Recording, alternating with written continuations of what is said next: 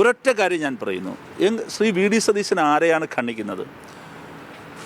Shri Sasi Tharoor ഉദ്ധരിച്ചത് CPM ഓഫീസിൽ നിന്ന് പുറത്തിറങ്ങുന്ന പീപ്പിൾസ് ഡെമോക്രസി എന്ന ഡോക്യുമെൻറ്റിനെ അല്ല, ദേശാഭിമാനി പത്രത്തെയല്ല, ഞങ്ങളുടെ ആരുടെയും വാക്കുകളെയല്ല, അന്താരാഷ്ട്ര ഏജൻസികളുടെ പഠനത്തെയാണ്.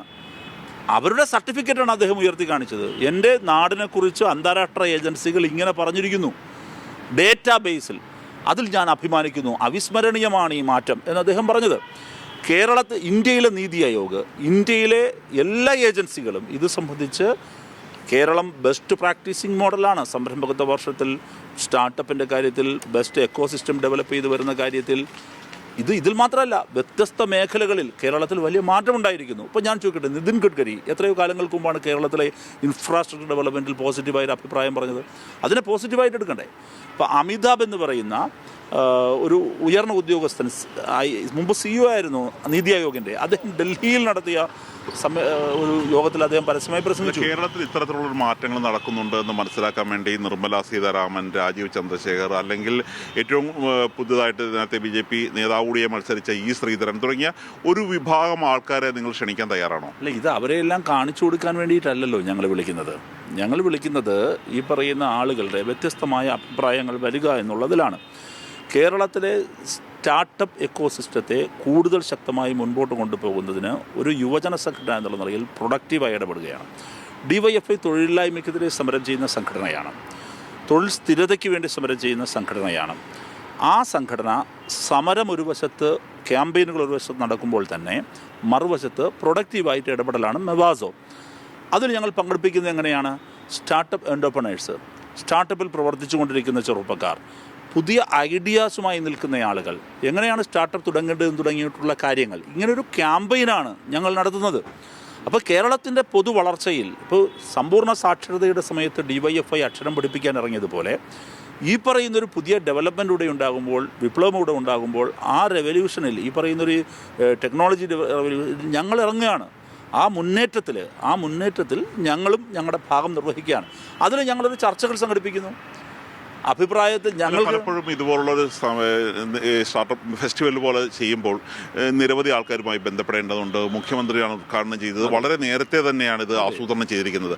പക്ഷേ നിങ്ങളിപ്പോൾ ശശി തരൂരിനെതിരേക്ക് കൊണ്ടുവരുന്നതോടുകൂടി ഇതിനൊരു രാഷ്ട്രീയ മാറ്റം വരികയല്ലേ? ഇത് കൂടുതൽ പരിപാടി ശ്രദ്ധേയമാകാനുള്ള ഒരു ആശയം കൂടിയാണോ അതങ്ങനെ? അയ്യോ, ഒരിക്കലുമല്ല. ഞങ്ങളിപ്പോൾ ശശി തരൂർ ഈ അഭിപ്രായം ഇന്ത്യൻ എക്സ്പ്രസിൽ പറയുന്നു, അത് വളരെ വലിയ വിവാദമായി വളരുന്നു. അപ്പോൾ ഞങ്ങൾ കരുതിയത്, ഞങ്ങൾക്കെല്ലാം ശശി തരൂരിൻ്റെ അഭിപ്രായത്തോട് യോജിക്കുന്നവരാണ് ഞങ്ങൾ. അപ്പോൾ അദ്ദേഹത്തിന് സ്റ്റാർട്ടപ്പിനെ കുറിച്ച് അഭിപ്രായം പറഞ്ഞ് ദിവസങ്ങൾ കഴിയുമ്പോഴാണ് ഞങ്ങളെ സ്റ്റാർട്ടപ്പ് ഫെസ്റ്റിവൽ എടുക്കുന്നത്. അദ്ദേഹം വരികയാണെങ്കിൽ വരൂ, ഞങ്ങൾക്ക് അതിൽ കൂടി അഭിപ്രായം പറയും, ക്ഷണിക്കുന്നു. നിങ്ങളുടെ പരിപാടിയിലേക്ക് ശശി തരൂർ പങ്കെടുത്താൽ, ഒരു ഹൈപ്പോത്തറ്റിക്കൽ ചോദ്യമാണ് അത്, അദ്ദേഹം ഈ ഉയർത്തിപ്പിടിച്ചിരിക്കുന്ന ഒരു വിഷയം, ഒരു ആശയമുണ്ട്, അതിനൊരു നീതീകരണമാകും എന്ന് വിശ്വസിക്കുന്നുണ്ടോ? തീർച്ചയായും. അദ്ദേഹത്തിൻ്റെ അസൗകര്യം കൊണ്ട് മാത്രമാണ് അദ്ദേഹം പങ്കെടുക്കാത്തതെന്ന് തന്നെയാണ് ഞാൻ ഉറച്ചു വിശ്വസിക്കുന്നത്. മനസ്സുകൊണ്ട് ശശി തരൂർ നിങ്ങളോടൊപ്പമാണെന്ന് വിശ്വസിക്കുന്നുണ്ടോ? അല്ല, ഞങ്ങൾക്കൊപ്പം എന്നൊക്കെ ചോദിച്ചാൽ DYFIക്കൊപ്പമാണോ ഞങ്ങളുടെ രാഷ്ട്രീയത്തിനൊപ്പമാണോ എന്ന് എനിക്കറിയില്ല, അത് അദ്ദേഹം പറയേണ്ട കാര്യമാണ്. പക്ഷേ ഈ പരിപാടി, സ്റ്റാർട്ടപ്പ്, ഈ പരിപാടികൾ, ഈ ഇനിഷ്യേറ്റീവിനെ അദ്ദേഹം പോസിറ്റീവായിട്ടാണ് കാണുന്നത്. കാരണം വികസനത്തിൻ്റെ കാര്യത്തിൽ അദ്ദേഹത്തിന് രാഷ്ട്രീയമില്ലെന്ന് വ്യക്തമായി കഴിഞ്ഞു. മറ്റു ചില കാര്യങ്ങൾ അദ്ദേഹത്തിന് ഞങ്ങളുടെ വ്യത്യസ്ത അഭിപ്രായം ഉണ്ടാകും, ഞങ്ങൾക്കും അദ്ദേഹത്തിന് വ്യത്യസ്ത അഭിപ്രായം ഉണ്ടാകും. രണ്ടാം KV തോമസ് ആവില്ല ശശി തരൂർ? അതിൽ അങ്ങനെ ഒരു അഭിപ്രായമൊന്നും ഞങ്ങൾക്കില്ല. പിന്നെ കോൺഗ്രസിനൊരു സ്വഭാവമുണ്ട്.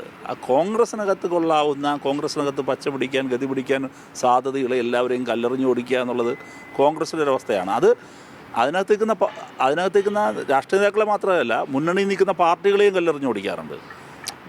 ഈ മുന്നണി നിൽക്കുന്ന ഒരു പാർട്ടി ഇതിൽ നിന്ന് ഇറങ്ങിപ്പോയാൽ എനിക്ക് കുറേ സീറ്റ് കിട്ടുമല്ലോ, അല്ലെങ്കിൽ ഞങ്ങൾക്ക് കുറച്ച് അവസരങ്ങൾ കിട്ടുമല്ലോ, ഈ പാർട്ടിക്കകത്ത് നിൽക്കുന്ന ഒരു നേതാവ് നശിച്ചു പോവുകയാണെങ്കിൽ, പുറത്തു പോവുകയാണെങ്കിൽ അതെനിക്ക് നല്ലതാണ് എന്ന് ചിന്തിക്കുന്ന ഒരുപാട് പേര് കോൺഗ്രസിനകത്തുണ്ട്.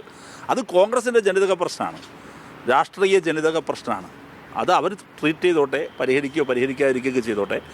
ഞങ്ങളെ സംബന്ധിച്ച പ്രശ്നം അതല്ല. കേരളത്തിൻ്റെ വികസനം വളരെ പോസിറ്റീവായൊരു മാറ്റമുണ്ടായിരിക്കുന്നു, നമ്മളെടുത്ത എഫേർട്ടിന് ഗുണം വന്നിരിക്കുന്നു. അതും ഏത് കാലത്ത്. ഞാൻ ഒറ്റ കാര്യം ചോദിച്ചോട്ടെ, ശശി തരൂർ പറഞ്ഞ ഈ കമൻറ്റിനെ, അന്താരാഷ്ട്ര ഏജൻസികളുടെ ഈ കേരളത്തിൻ്റെ വളർച്ചയെ പരാമർശിക്കുന്ന ഡേറ്റയെ കേന്ദ്ര സർക്കാരിനെതിരെ ആയുധമാക്കാൻ കോൺഗ്രസിന് കഴിയുമല്ലോ. കേന്ദ്ര ഗവൺമെൻറ് ഇത്രയും നമ്മളെ വീർപ്പ് മുട്ടിച്ചിട്ടും കേരളം ഇതാ മുന്നേറിയിരിക്കുന്നു. ഇത് സെൻട്രൽ ഗവൺമെൻറ്റിൻ്റെ ഫെഡറൽ പ്രിൻസിപ്പലിനെതിരായിട്ടുള്ള നിലപാടുകൾക്കെതിരായൊരു സ്റ്റേറ്റിൻ്റെ മുന്നേറ്റത്തിൻ്റെ കഥയാണ് എന്ന് നരേറ്റ് ചെയ്യാൻ എന്തുകൊണ്ടാണ് കോൺഗ്രസ്സിന് രാഷ്ട്രീയ ഔന്നത്യമില്ലാതെ പോകുന്നത്? അത് കോൺഗ്രസ് ചെയ്യണ്ടേ? ഇവിടെ ഡൽഹിയിൽ നിന്ന് അഭിപ്രായം പറയുന്ന കെ സി വേണുഗോപാലെങ്കിലും അത് ചെയ്യണ്ടേ? അവിടെ ശ്രീ വി ഡി സതീശൻ അത് ചെയ്യണ്ടേ? എന്താ അങ്ങനെ ചോദിക്കുന്നത്? ഇന്ത്യ മുന്നണിയിൽ ഒരുമിച്ചിരിക്കാമെങ്കിൽ എന്തുകൊണ്ട് ശശി തരൂരിന് ഡിവൈഎഫ്ഐയുടെ ഫെസ്റ്റിവലിൽ കൂടി പങ്കെടുക്കാൻ പറ്റില്ല എന്നുള്ളൊരു ചിന്ത തന്നെയാണ്. അത് രാഷ്ട്രീയമായി തീർച്ചയായും ഇന്ത്യ ബ്ലോക്ക്, പൊളിറ്റിക്കൽ ബ്ലോക്ക് രൂപപ്പെട്ടത് വേറൊരു പശ്ചാത്തലത്തിലാണ്. അതിൽ ഒരൊറ്റ ലക്ഷ്യത്തിലാണ് സംഘപരിവാർ വിരുദ്ധ രാഷ്ട്രീയം.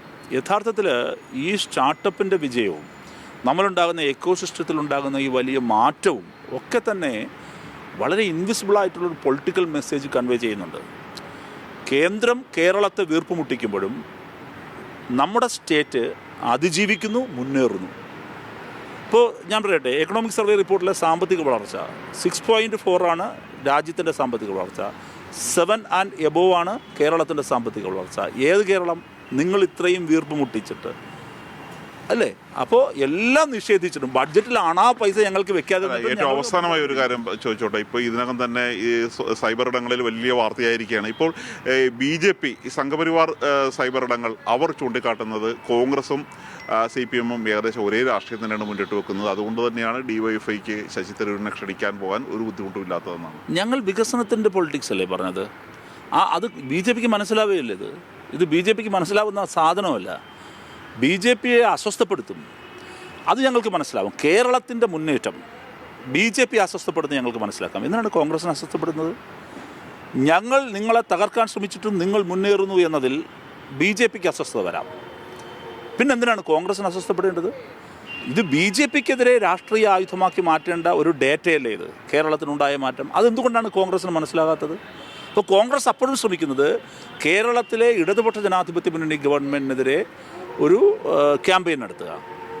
അപ്പോൾ ഗവൺമെൻറ് നല്ലത് ചെയ്താലും അതങ്ങനെ പറയില്ല. ഞാനിപ്പോഴും ഓർമ്മിക്കുകയാണ്, കേരളത്തിൻ്റെ പ്രതിപക്ഷ നേതാവ് അധികാരം ഏറ്റെടുത്തപ്പോൾ അദ്ദേഹം കൊച്ചിയിനടുത്തൊരു വാർത്താ സമ്മേളനമുണ്ട്. ആ വാർത്താ സമ്മേളനം മുഴുവൻ ഒരു അക്കാഡമിക് ഇൻട്രസ്റ്റോടെ കണ്ടോളാം ഞാൻ. അദ്ദേഹം പറഞ്ഞു, ഞാൻ രമേശ് ചെന്നിത്തലയുടെ കാലം പോലെ ആയിരിക്കില്ല. മീൻസ് അദ്ദേഹം പറഞ്ഞത് അങ്ങനെയല്ല, ഉപയോഗിച്ചില്ല, ഞാൻ പഴയതുപോലെ ആയിരിക്കില്ല. ഞാൻ പ്രതിപക്ഷ എന്ന നിലയിൽ ഭരണപക്ഷം ചെയ്യുന്ന എല്ലാറ്റിനെയും കണ്ണടച്ച് തീർക്കില്ല.